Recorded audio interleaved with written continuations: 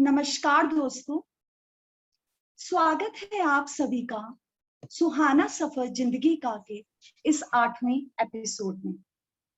साहित्य गुलशन परिवार आप सभी के लिए लेकर आया है साहित्य, कला एवं अन्य क्षेत्र में अपना नाम दर्ज करा लेने वाली हस्तियों के जीवन से जुड़ी हुई कुछ रोचक कहानियां।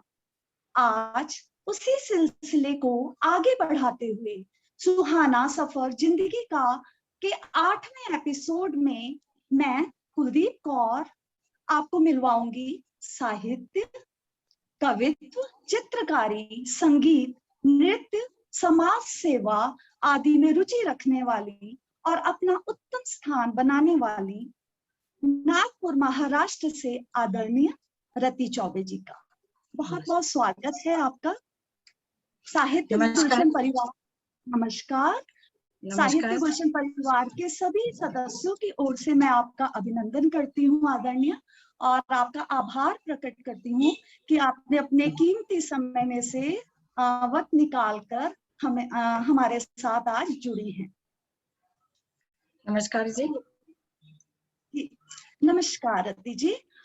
रति जी के बारे में कुछ और बताऊं तो रति जी शिक्षा में इन्होंने एमए संस्कृत, भूगोल, एलएलबी, बीएड और रुचि में इनकी रुचियां हैं लेखन, सभी विधाओं में लिखती हैं। लगभग 400 कविताएं, लघु कथाएं, आलोचनात्मक लेख, अनमोल बोल, व्यंग, हास्य आदि विधा में निपुण हैं, उन सब में ही लिखती आई। आप अन्य कई संस्थाओं से भी जुड़ी हुई हैं। नागपुर की प्रतिष्ठित संस्था हिंदी महिला समिति की 25 साल से अध्यक्ष हैं। बहुत खुशी हो रही है रति जी आप जैसे व्यक्तित्व से मिलने में, और सौभाग्य महसूस कर रही हूँ आपका साक्षात्कार लेने में। साथ ही माँ ब्राह्म महिला मंच में 25 वर्ष से अध्यक्ष, ऑल इंडिया ब्राह्मण संगठन नागपुर शाखा की अध्यक्ष, सर्वव्यापी ब्राह्मण संगठन की अध्यक्ष व उत्तराखंड की अध्यक्ष, बाखई कुटुंब की दुर्गा महिला मंडल की अध्यक्ष व महिला जागृत मंच की भी संयोजिका हैं। तो शून्य से शिखर तक ये आपके कुछ सम्मान जो कि आपके सम्मान है वो है शून्य से शिखर तक, श्री देवी सम्मान आदि। आपको कई राष्ट्रीय व राज्य स्तरीय सम्मान मिले हुए हैं, इसमें अटल सम्मान भी है। तो बहुत आपको पहले तो मैं हार्दिक बधाई देती हूँ और साथ ही आपका स्वागत करती हूँ आज के एपिसोड में।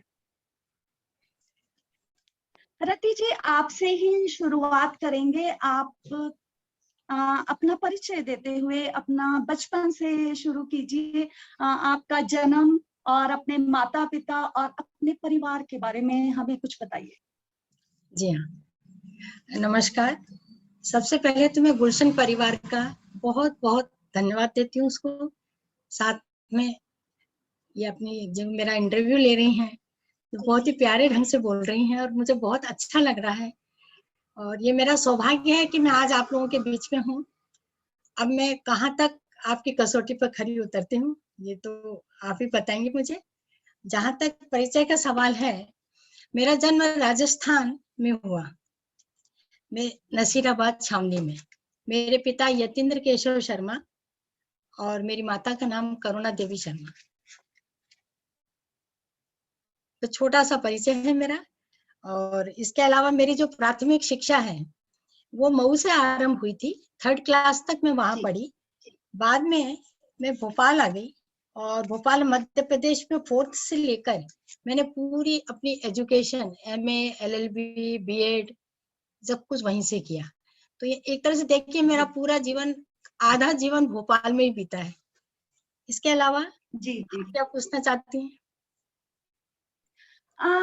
बहुत अच्छा लग रहा है आपके बारे में जानकर रति जी, और आपका व्यक्तित्व भी बहुत ही कह सकते हैं एक सकारात्मकता फैला रहा है, दे रहा है, हमारी तरफ आ रहा है। आगे आगे बीच में हम आपकी कविताएं भी सुनेंगे और आपको और जानेंगे।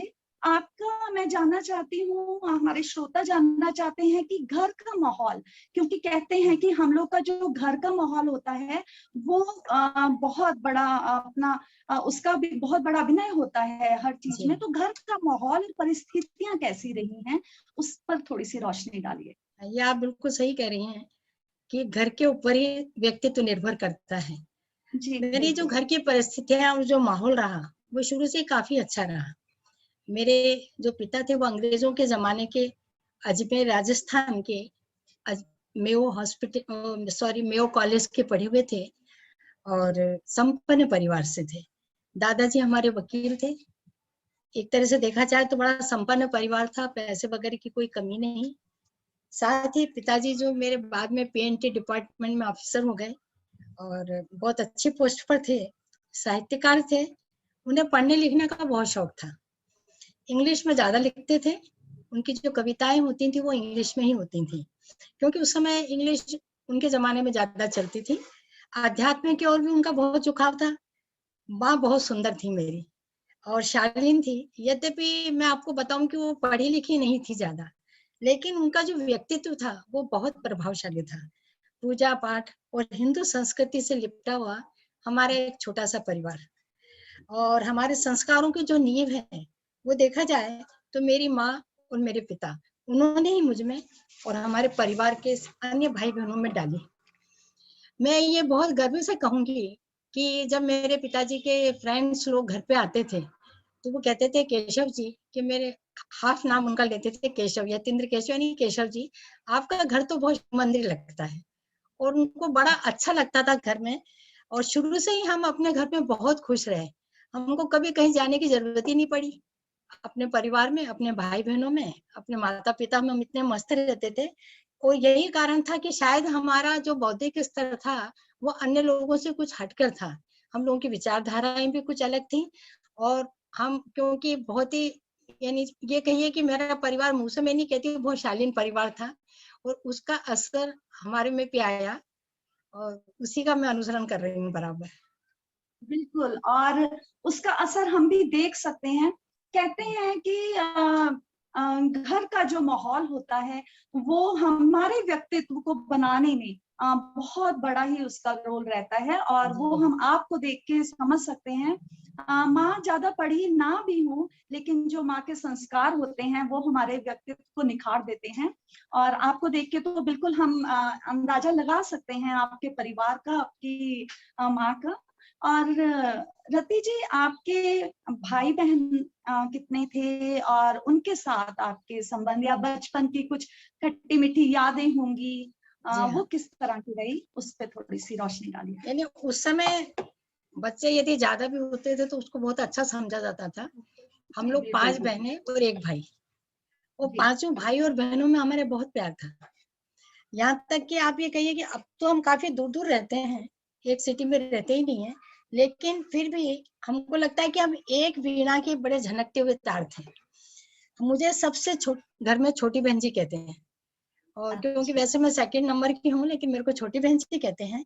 और साथ ही घर में सलाह मशवरा भी मेरे से लेते हैं। हालांकि हूँ छोटी बहन जी, लेकिन सलाह मशवरा मेरे से लेते हैं। और अभी भी हम लोग अलग अलग हैं, लेकिन परिवार में यदि शादी विवाह होते हैं या कोई फंक्शन होता है या और कुछ भी कोई बात होती है तो मेरे से एक बार जरूर पूछ लेते हैं। मुझे भी अच्छा लगता है कि वो मेरे से सलाह वगैरह करते हैं। यहाँ तक कि आप यकीन नहीं मानेंगी कि जब मेरी बड़ी सिस्टर की मैरिज हुई तो उनके लिए जब हम लड़का देखने गए तो वो भी मेरी पसंद का था। उसके बाद अच्छा। दूसरी सिस्टर की मैरिज करी, वो भी मेरी पसंद का। यानी मैंने अपनी चारों सिस्टर्स की जो मैरिज हुई है वो सब मेरी पसंद के लड़के थे, बहनों ने नहीं देखा। उन्होंने कहा छोटी बहुत बढ़िया। बहन जी जो देखेंगी वो ठीक है। तो उसके बाद वाह। बस एक भाई के लिए मैं भाभी देखने नहीं गई। उस समय तो अच्छा। उसका वो भाई आज तक अफसोस होता है और बड़ा उसको कभी कभी नाराज हो जाता है कि तुम मेरे से न्याय क्या था तुमको, जो तुम मेरे लिए मेरी बेबी देखने नहीं गई। बस एक वही मेरे से गलती हो गई कि वो हमेशा इस बात पे मेरे से नाराज रहता है। और हम लोगों में यानी आपस में इतना ज्यादा प्यार था कि अगर हमें एक को कोई दर्द होता था तो पूरे बाहर तक दूर तक जो है उनको भी उसका महसूस हो जाता था और वो दर्द को महसूस करते थे। और मैं चाहती हूँ, और बड़ा भोलापन था परिवार में क्योंकि हम लोग ज्यादा बाहर यानी अन्य आस पड़ोस में ज्यादा जाते नहीं थे, अपने आपस में बहुत मस्त रहते थे। तो भोलापन था, समर्पण की भावना थी, वो आज जी तक भी है। हाँ, उनके जी जो बच्चे हैं वो हो गए हैं बड़े बड़े। अब बच्चों के अंदर क्या है कि कभी कभी उन लोगों में ये थोड़ा अपना पराया आ जाता है, आ लेकिन फिर जाता भी है। वो हाँ, लेकिन वो हमारे संबंधों पर हावी कभी नहीं होते। नहीं उनको होता मालूम है है। कि नहीं, मम्मी मौसी इन लोगों से कुछ मत बोलो। तो इस प्रकार से हाँ, जो हमारा परिवार था वो बहुत अच्छा था। और मुझे लगता है कि सभी परिवारों में चाहे कितने ही भाई बहन हों, उनको ऐसे प्रेम से और त्याग से समर्पण से रहना चाहिए। रहना चाहिए। और पहले के समय में तो ये जो प्रेम भाव था और ये जो जुड़ाव था, ये बहुत ही ज्यादा। हम उस समय ये नहीं कह जी सकते थे कि हम बहुत ज्यादा थे तो कम प्रेम। आजकल एक या दो ही होते हैं, उनमें उतना प्रेम जी हाँ। नहीं दिखता है जितना पहले के समय में होता था। और नाराजगी बस की आपने बात की, तो उस नाराजगी में भी स्नेह जी दिख रहा है आपके भाई का, कि आप सारी बहनों के उसमें गई हाँ, हैं तो। सबके और लिए गई, मेरे लिए नहीं गया। तो हम लोग यानी वैसे देखा है तो काफी कटुताओं से दूर, यानी कोई कटुता हम लोगों में अभी तक भी नहीं है। मुझे ऐसा कभी लगता नहीं है कि हम लोगों में बहनों में उसमें कभी जोरदार झगड़ा हुआ हो या कुछ हुआ है। कभी थोड़ा बहुत हो भी जाता था तो इस बात पे कि मेरे को तुम ज्यादा नहीं चाहती, वो ज्यादा नहीं चाहती, हाँ, बस इसके ऊपर वो झगड़ा उसमें होता भी था। स्नेह ही और वो अभी दिख। तक भी होता है। अब इतने बड़े हो गए लेकिन अभी तक भी वो झगड़ा चलता है कि तुम उसको ज्यादा चाहती हो, तुम उसको ज्यादा चाहती हो। तो इसी प्रकार से हमारी नोकझोंक होती रहती है। और मैं चाहती हूँ, और यहाँ तक कि आप यकीन नहीं मानेंगी, मैं अपने बेटे को कभी आवाज देती हूँ तो मेरे मुंह से अभी तक भी मेरे भाई का नाम कि मैं कहती हूँ अरे विजय रुको, तो वो क्या करेगा, बोलेगा नहीं, मेरे से बात नहीं करेगा, मैं आवाज देती रहूंगी विजय विजय। तो फिर मैं क्या, तुम बोल क्यों नहीं रहे हो? बोले इसलिए नहीं बोल रहे कि विजय तो यहाँ है नहीं ना, मैं तो पुनीत हूँ ना। तो हम लोगों का ये इस प्रकार से चलता रहता है। तो वो मुंह पे इतने जबान पे नाम है कि एक का नाम लो तो सबका नाम आता है सामने। का नाम आ जाता है। चलिए, ईश्वर से प्रार्थना है कि ये प्रेम भाव और ये हमेशा आप लोग के बीच में बना रहे। रति जी, घर में हर एक का अपना एक स्थान होता है, हर एक के लिए दिल में अपनी एक जगह होती है। लेकिन कोई एक शख्स, एक व्यक्तित्व आपके घर में, जिसके लिए आपके मन में, आपके दिल में खास स्थान रहा, ऐसा कौन कौन सा व्यक्तित्व है, कौन सा सदस्य? यानी वैसे तो क्या है कि घर में मेरे को हर व्यक्ति बहुत प्यार करता था। और जी, मेरे अभी यहाँ मैं तो एक का नाम लेके कहीं फिर से वही लड़ाई ना करवा दूं कि आपने मेरा नाम ले लिया, मेरा नाम जी, नहीं लिया। और तो सब यानी मेरे को बहुत प्यार करते थे, मैं भी सबकी बड़ी रिस्पेक्ट करती थी, बहुत प्यार करती थी। लेकिन फिर भी जैसे आप पूछ रहे हैं कि एक मेरा पसंद का कौन व्यक्ति था जिसे कि मैं बहुत ज्यादा चाहती थी, यानी यानी मैं अपने चाहत का तो मैं कुछ नहीं कह सकती, लेकिन आप पूछ रही तो मैं बताती हूँ कि मेरी चाची मेरे को बहुत प्यारी थी। हमारे परिवार में पहले कभी यानी हम लोग जब छुट्टियों के अंदर जैसे भोपाल से नसीराबाद जाते थे, तो मेरी जो चाची जी थी उनके कोई औलाद नहीं थी, लेकिन वो मुझे अपनी लड़की मानती थी। और यहाँ तक कि मेरी हर सुख सुविधा का, मेरा खाने का पीने का, छोटी छोटी चीजों का ध्यान रखती थी। तो उनमें ही तो मैं अपनी माँ देखती थी हमेशा। और मुझे वो इतनी ज्यादा अच्छी लगती थी कि मेरी सारी चीजों के लिए वो सब कुछ छोड़ देती थी, लेकिन मेरा ख्याल पहले करती थी। अभी 2 साल पहले ही उनका देहांत हुआ है, लेकिन उनमें मैंने दोस्त को भी देखा, माँ को भी देखा, और मेरी हर इच्छा को जो वो पूरा करती थी। आज तक भी मेरे को कभी कभी बहुत याद आ जाती है कि चाची हो तो ऐसी हो। जी, कह सकते जी हैं कि अगर वो आपकी पसंदीदा सदस्य कह सकते हैं, जी, व्यक्तित्व थी, तो आप भी उनकी सबसे ज्यादा पसंदीदा सबसे ज्यादा थी। प्यारी थी। इसीलिए ही उनका स्नेह आपके ऊपर इतना बरसा, और आज भी आप उनको याद बहुत करती याद। हैं और उन पलों को याद करती हैं। रति जी, बचपन की कोई अपनी याद जो आपको कभी गुदगुदा दे, कभी खुशी दे जाए, कोई ऐसी याद हमारे साथ हाँ साझा करें। हाँ, बचपन तो खैर होता ही ऐसा कि कुछ न कुछ घटनाएं घटती रहती हैं। गुदगुदाहट बिल्कुल। भी होती है तो कभी कभी कोई क्रोध भी आ जाता है, कभी किसी बात पे, जी कभी किसी बात पे डर भी जाते हैं, कभी किसी बात पे वो। तो ऐसे मेरे जीवन में काफी यानी घटनाएं 2-3 घटी हैं, क्योंकि मेरा जरा कुछ मैं चंचल स्वभाव की थी शुरू से ही घर में। तो मेरी शैतानियां सभी इधर से उधर करती रहती थी बहुत। तो एक बार क्या हुआ, वो जो हमारी जो बचपन की एक एक घटना है ना, अगर बैठो ना तो ऐसा लगता है कि सामने चलचित्र पट के समान आ रही है जा रही है। तो हम जब अपने दादा दादी के यहाँ जाते थे, तो वहाँ एक हमारी मालिश वाली आती थी जिसका नाम था मैना मासी। जी। जैसा नाम वैसे उसकी शक्ल, वैसे गुण उसके, यानी बहुत काली थी।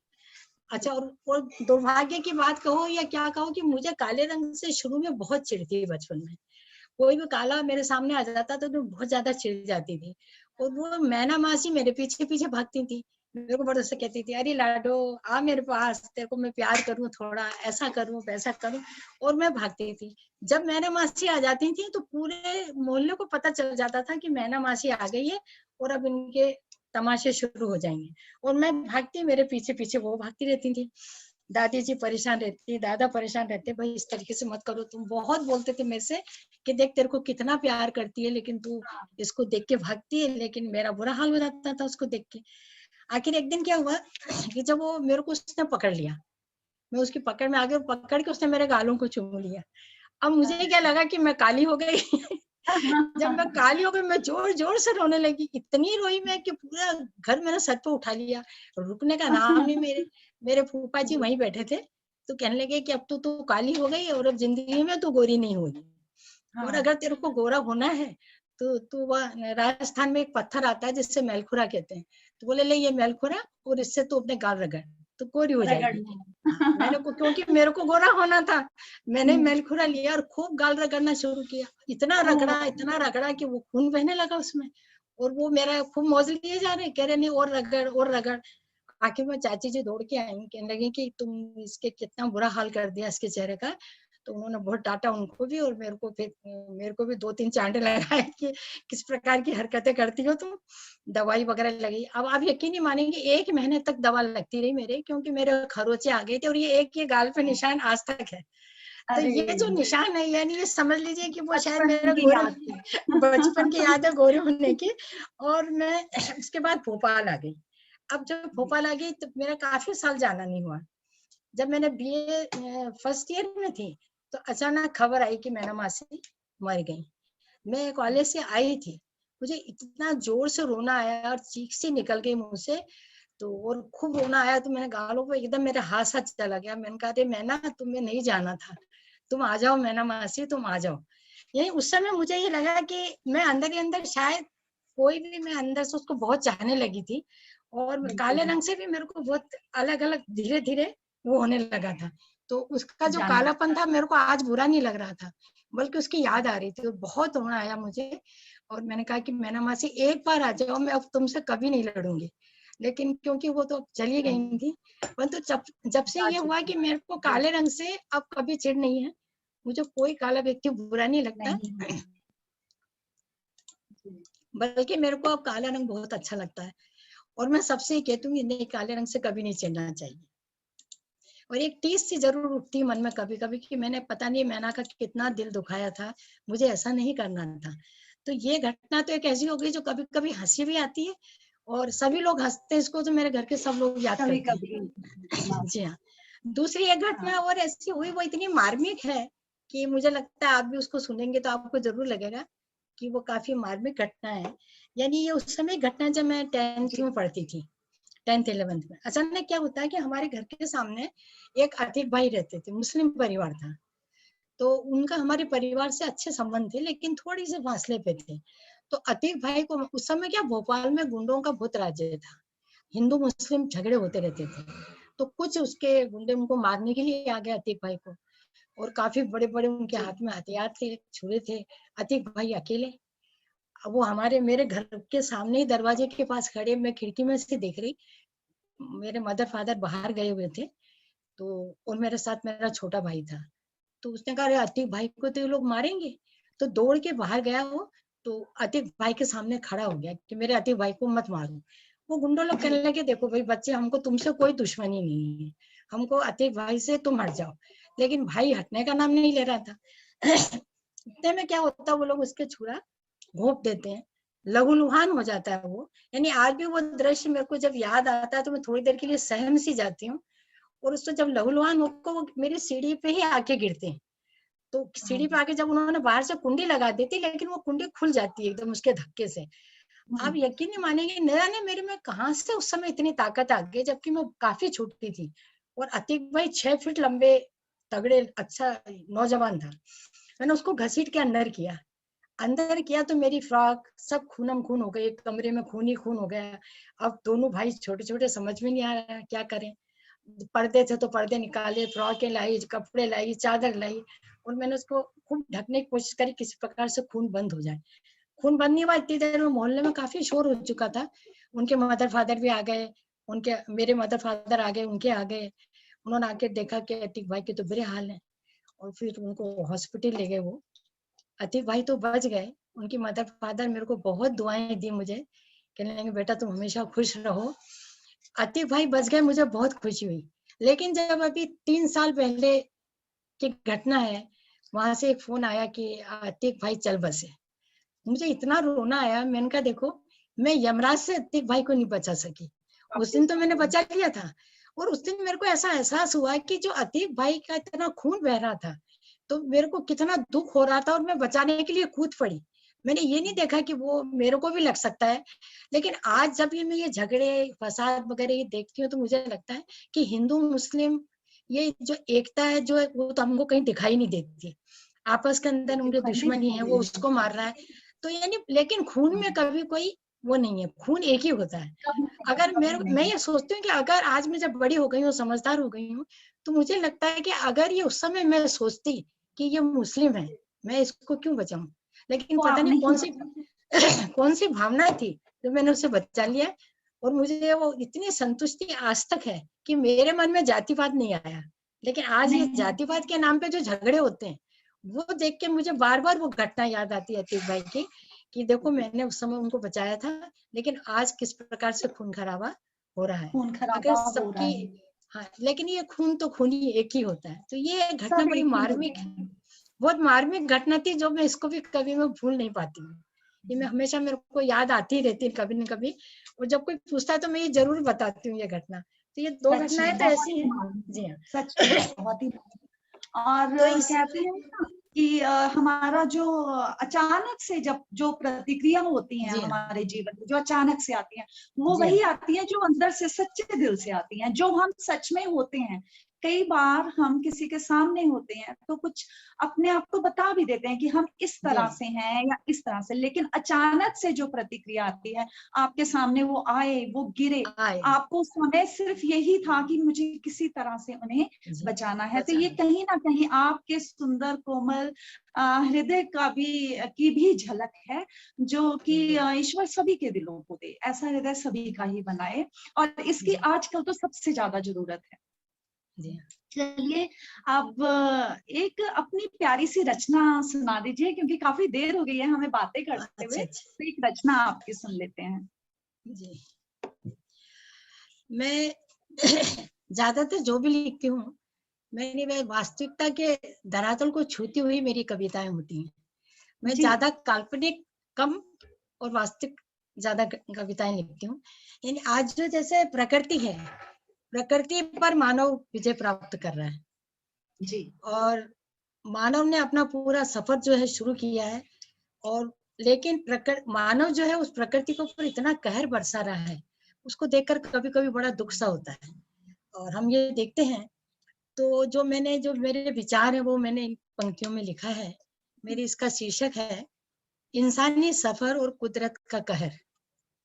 इंसानी सफर और कुदरत का कहर। कह जी चढ़ रहे हैं सभ्यता के शिखर पर इंसान, चढ़ रहे हैं सभ्यता के शिखर पे इंसान, दूर हो गए हैं खुद से, दूर हो गए हैं खुद से, कहर बन टूटे हैं प्रकृति पर, कहर बन टूटे हैं प्रकृति पर। बन गया काल मानव, बन गया काल मानव, खुद ही कोमल प्रकृति पे, स्वार्थ में अंधा हो नाचे, स्वार्थ में अंधा हो नाचे, श्रृंगारहीन धरा रूप को, श्रृंगारहीन करे धरा रूप को। सुहागिन सी चहकती, सुहागिन सी चहकती, आज प्रकृति करे विलाप, सुहागिन सी चहकती, आज प्रकृति करे विलाप। वैधव्य का रूप लिए, वैधव्य का रूप लिए वह कोस रही है क्रूर मानव को, कोस रही है क्रूर मानव को, करे चित्कार, करे चित्कार। थमी कलकलाती नदियां, थमी कलकलाती नदियां, लुप्त हुआ झरनों का संगीत, बंजर से हो गए हैं पोखर तालाब, बंजर से हो गए हैं पोखर तालाब, कूपों पर मंडराए भूत, कूपों पर मंडराए भूत, गूंजे मानव अट्टहास, गूंजे मानव अट्टहास। यंत्र शक्ति पनप रही, यंत्र शक्ति पनप रही, निज शक्ति से हो गए दूर, निज शक्ति से हो गए दूर, प्रभु से ले रहे होड़, प्रभु से ले रहे होड़, बढ़ते ही जा रहे मानव, बढ़ते ही जा रहे मानव, सृष्टिकर्ता बन गए, सृष्टिकर्ता बन के धरा रौंदते, धरा रौंदते, सिंधु बुझाते, वृक्ष काटते, नभ नापते, हवा आग वश में करके, रक्त के प्यासे, रक्त के प्यासे टकरा रहे हैं, प्रेम रिक्त हो, रक्त के प्यासे टकरा रहे हैं, प्रेम रिक्त हो, शक्तिशाली हो, बाहुबली हुए, शक्तिशाली हो, बाहुबली हुए, जागी रग रग में अहम भावना, जागी रग रग में अहम भावना, प्रकृति को जीतने की लालसा, मानव से दानव बन बैठे, हृदयहीन है, हृदयहीन है, भटक रहे हैं, सनक गए हैं, भटक रहे हैं, सनक गए हैं, मानवता को डाला कूप में, अनाचार को देते बढ़ावा, अनाचार को देते बढ़ावा, बन बैठे हैं देवधरा पर, बन बैठे हैं देवधरा पर, मनुज नहीं बन पाए, वे मनुज नहीं बन पाए, धरा नहीं इंसान नहीं होगा, धरा नहीं इंसान ही होगा, कंकालों का होगा नृत्य, बंजर भूमि तब क्या देगी, बंजर भूमि तब क्या देगी, होंगे जो सब नरभक्षी, होंगे जो सब नरभक्षी, तब प्रश्न करे पीढ़ी, तब उत्तर क्या होगा बोलो, तब उत्तर क्या होगा बोलो, बोलो बोलो ना, बोलिए। जी, ये मेरी कविता। बहुत ही अच्छा प्रश्न आपने, और सच में प्रकृति तो प्रकृति हमें हमेशा ही देती ही आई है, उसने हमसे कुछ लेना नहीं है, हम उसे कहीं ना कहीं ऐसा लग रहा है जैसे संजो के नहीं रख पा रहे हैं। इसके लिए सभी को ही ध्यान देने की बहुत ज्यादा जरूरत है। जिस तरह से आजकल माहौल हो गया है, ये हम लोग के लिए एक शिक्षा ही है कि अगर अभी भी हमने इसमें सुधार नहीं किया तो परिणाम तो हमें आगे दिख ही रहा है कि किस तरह का हो रहा है। बहुत ही अच्छी संदेश देती हुई आपकी रचना थी रति जी। रति जी, कोई ऐसी घटना जिससे आपके जीवन में बदलाव आया हो, कोई ऐसी घटना आपके जीवन में बीती है? जी हाँ। बचपन में आपने बताया बहुत चंचल थे, बहुत, वो अभी मैंने आपकी रचना देखी है, बहुत गूढ़ रचनाएं आप लिख रहे हो, तो कुछ बदलाव आता है हमारे जीवन में, कोई ऐसी घटना आपको याद हो? ऐसा है,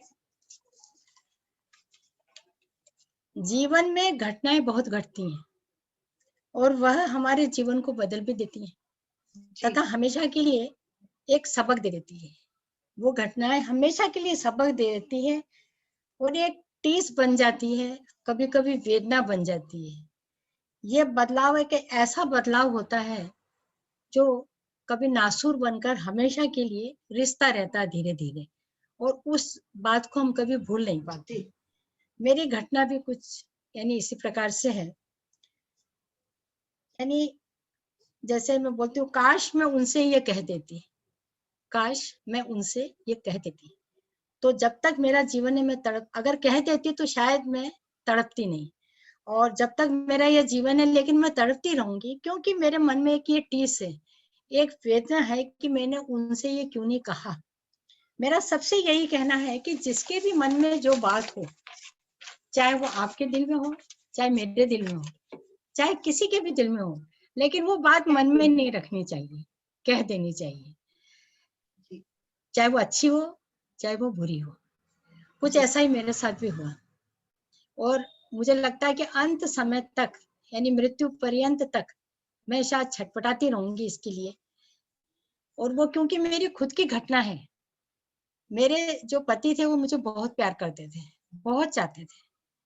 वे हमेशा मुझसे बोलते थे कि रति, चाहे मैं कितना ही तुमसे लड़ाई झगड़े कर लूं, लेकिन चाहता भी सबसे ज्यादा तुमको ही हूँ। तो मैं जब तुमको इतना चाहता हूँ, और मैं ये नहीं चाहता कि मेरे और तुम्हारे बीच में कोई तीसरा व्यक्ति आए। उन्हें ये नहीं पसंद ही नहीं था कि हमारे बीच के अंदर कोई तीसरा आए। जब भैया मैं बात भी करती रहती थी उनसे, तो वो चाहते थे हम दोनों ही बैठे हैं। और शायद यही मेरी शायद कमजोरी थी कि मैं इस बात को शायद समझ नहीं सकी। और उनका ये शायद बहुत ज्यादा प्यार था कि वो हमेशा ये कहते रहते थे, मैं उसको मजाक में ले जाती थी इस बात को। लेकिन क्या था कि एक अजीब फिलॉसफी थी उनकी, और वो इसलिए हमेशा कहते थे मुझसे कि आई लव यू, और कहा करो, तुम मुझे भी तो कहो कभी आई लव यू। लेकिन आप मेरा दुर्भाग्य कहिए या कुछ भी, मेरे में एक झिझक थी, एक कुछ शर्म थी, या समझ लो रूढ़िवादिता थी, या कुछ मन में कुछ ऐसा अजीब सा था कि मैं उनको ये नहीं बोल पाती थी। बहुत कोशिश करती थी कि मैं उनको प्रत्युत्तर में ये बोल दूं कि नहीं भाई मैं भी तुम्हें बहुत चाहती हूँ, लेकिन मैं हंस देती थी, मैं कहती थी अच्छा तुम क्या समझते हो ऐसा, लेकिन मैं बोल नहीं पाती थी उन्हें। और वो हमेशा कहते थे मैं तुम्हारे मुंह से सुनना चाहता हूँ। एक बार क्या होता है, पिछले वर्ष में बीमार पड़ गई, अभी पिछले साल की बात है। मैं बीमार पड़ गई अचानक अस्पताल में। मैं पड़े पड़े सोचती रही कि अगर मैं मर गई और ये बात मेरे मन में ही रह जाएगी कि मैंने उनको ये नहीं कहा, तो मैंने कहा मैं ठीक हो जाऊंगी, मैं घर जाऊंगी, सबसे पहले मैं ये कहूंगी कि नहीं नहीं दिनेश, मैं तुम्हें बहुत चाहती हूँ।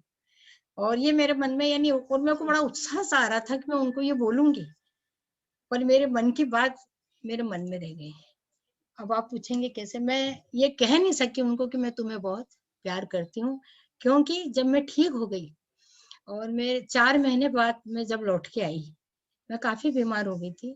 4 महीने बाद जब मैं लौट कर आई और मेरा आना हुआ, मेरे संग ये बहुत अजीब घटना घटी कि मेरा आना हुआ और उनका संसार छोड़ना हुआ, और वो चले गए। जब वो चले गए, इतने तो मेरे यानी जो थे, ये समझ लीजिए मेरे जज्बात हमेशा के लिए दफन हो गए हैं। मैं बहुत अपने को खुश रखने की कोशिश करती हूँ, लेकिन उस समय मैं उनकी जो देह थी, मृत देह, उनके पास बैठकर मैंने बस चुपचाप यही कहा कि मैं तुमको बहुत प्यार करती हूँ। और मन ही मन मैंने उनकी देह को छुआ भी, और मैंने कहा मैं बहुत प्यार करती हूँ, तुम ये मत समझना कि मैंने तुम्हें कभी चाहा नहीं। मैं बोल नहीं सकती थी, ये मेरी शर्म समझ लो या कुछ भी समझ लो। और उसके बाद इतनी मेरी बेचैनी बढ़ गई, और मुझे ऐसा लगा काश मैं उनको ये कह देती कि दिनेश मैं तुमको बहुत प्यार करती हूँ। तो और मेरा मन मेरे को कहने लगा, मन से मन की बात न कह सकी, मन से मन की बात न कह सकी, साजन तुम तैयार हो गए जाने को, साजन तुम तैयार हो गए जाने को। मेरा जीवन बदल गया इस घटना के बाद। और मैं सबसे यही कहती हूँ कि कोई भी बात मन में हो तो उसे कभी भी मन में मत रखो, उसे कह दो, झिझको मत। नहीं तो मुझे लगता है कि ये जो मैं कह रही हूँ ये मेरा एक कटु सत्य है, और ये एक जीवन के लिए बहुत बड़ा बदलाव है मेरे जीवन में। सबसे मैं अपने मन में, अभी मैं ज्यादा दिन नहीं हुए, 1 ही साल हुआ है, मैं अपने मन में बात नहीं रखती, जो होता है कह देती।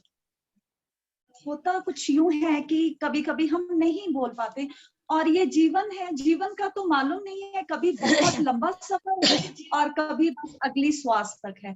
तो जीवन का कभी जब हमें नहीं पता है, तो उस चीज को अगर हम लोग के मन में, दिल में कोई बात रह जाए, तो वो सारी उम्र खटकती रहती है। तो बहुत अच्छी बात है ये आपने कही कि वाकई हमें अपनी बात रख देनी चाहिए, और ईश्वर आपके पति के आत्मा को भी जहाँ पे भी हैं उनको अपने चरणों में रखें, उन्हें मन को शांति दें। बेहद दुखद घटना है ये, मुझे थोड़ा सा मैं भी भावुक हो गई ये जानकर। फिर भी हालांकि शायद मेरे को इतनी दुखद घटना, बहुत कुछ जानने, बहुत मुझे कुछ लगता है सीखने कि को मिलता है आपसे बात करते करते। जी जी नहीं, मुझे ऐसा लग रहा है शायद ये दुखद घटना नहीं सुनानी चाहिए, लेकिन क्योंकि मेरी आत्मा बहुत कचोटती है, और मुझे नहीं लगता नहीं, है कि एक ये संदेश है लोगों को कि हाँ आप बहुत अपने मन सही, में कोई बात मत रखो, हाँ बहुत आपको सही, बोल देना बहुत चाहिए। ही। रति जी चलिए थोड़ा सा और सिलसिला आगे बढ़ाते हैं।